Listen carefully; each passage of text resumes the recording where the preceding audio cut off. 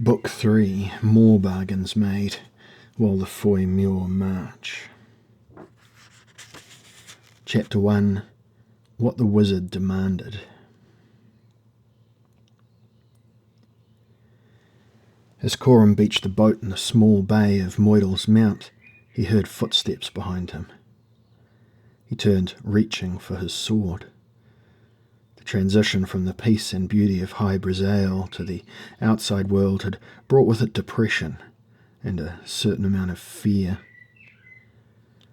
Myore's Mount, which had seemed such a welcome sight when he had first seen it again, now looked faded and sinister, and he wondered if the Fhoi Myore dream had begun to touch the tour at last, or whether the place had merely seemed pleasanter in comparison with the dark and frozen forest in which he had originally met the wizard. Calatin stood there, tall in his blue robe, white-haired and handsome. There was a hint of anxiety in his eyes. "Did you find it, the glamorous isle?" "I found it." "And the she-smith?" Coram picked the spear Bryanak from out of the boat. He showed it to Calatin. "But what of my request?" Calatin seemed hardly interested at all in a spear which was one of the treasures of Caer Lud, a mystic weapon of legend. Coram found it faintly amusing that Calatin should care so little for Bryanak, and so much about a little sack of saliva. He drew the pouch out and handed it to the wizard, who sighed with relief and grinned with pleasure. "I am grateful to you, Coram, and I am glad that I was able to serve you. Did you encounter the hounds?" "Once," said Coram. "The horn aided you?" "It aided me, aye." Coram began to walk up the beach, Calatin following. They reached the brow of the hill and looked towards the mainland, where the world was cold and white and brooding. Grey cloud filled the sky. "Will you stay the night with me?" Calatin said, "and tell me of Fhoi and what you discovered there?" "No," said Coram.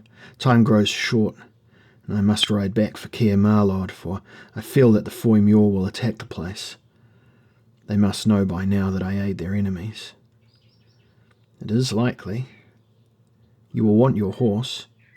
"Aye," said Coram. There was a pause. Calatin began to say something and then changed his mind.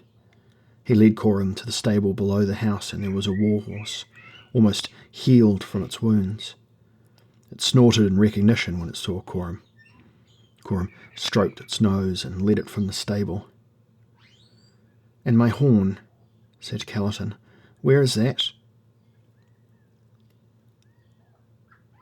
"I left it," Coram told him, "in Fhoi. He looked directly into the wizard's eyes and saw those eyes heat with fear and anger. "How?" Calatin almost screamed. "How could you mislay it?" "I did not mislay it." "You left it there deliberately? It was agreed that you should borrow it, that was all." "I gave it to Goffinon." "In a way, you could say that if I had not the horn to give him, I could not have got you what you want." "Goffinon has my horn." Calatin's eyes became colder. They narrowed. "Aye." There was no excuse Coram could make, so he said nothing further. He waited for Calatin to speak. And then the wizard said, "You are in my debt again, Vadhag." "Aye." The wizard's tone was level now, calculating. He smiled a quiet, unpleasant smile. "You must give me something to replace my horn." "What do you want?" Coram was becoming tired of bargaining.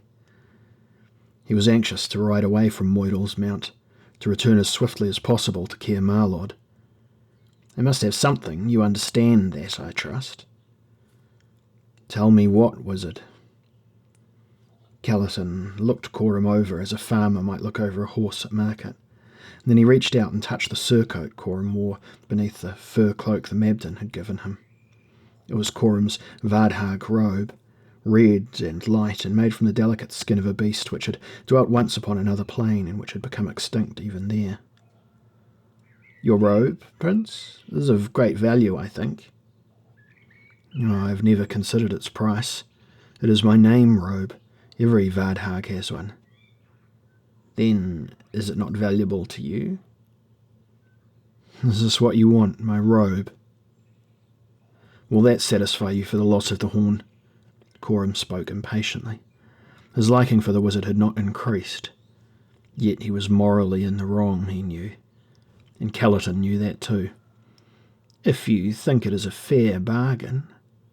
Corum flung off the fur robe and began to unbuckle his belt, to undo the pin which attached his robe to his shoulder. It would be strange to lose the garment he had worn for so long, but he attached no special sentiment to it. The other robe warmed him well enough. He did not need his scarlet one. He handed the robe to Calatin. "There you are, wizard. Now we are neither of us in the other's debt." "Just so," said Calatin, watching as Corum buckled on his weapons and then climbed into the high saddle of the horse. "I wish you good journey, Prince Corum.